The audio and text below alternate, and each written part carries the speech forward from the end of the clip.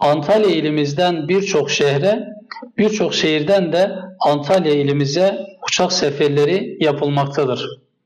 Ancak uçak seferlerinin olmadığı illerden bir tanesi Batman'dır. Batman-Antalya arasında direkt uçak seferleri bulunmamaktadır. Bu konuda halkımızın bizlerden bir beklentisi vardır.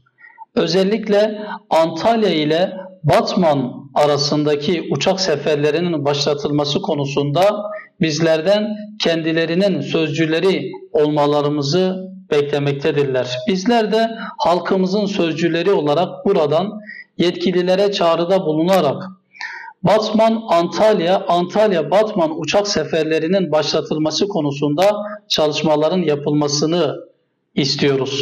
En azından haftada 2 defa direkt uçak seferleri başlatılırsa halkımızın beklentileri karşılanmış olacak.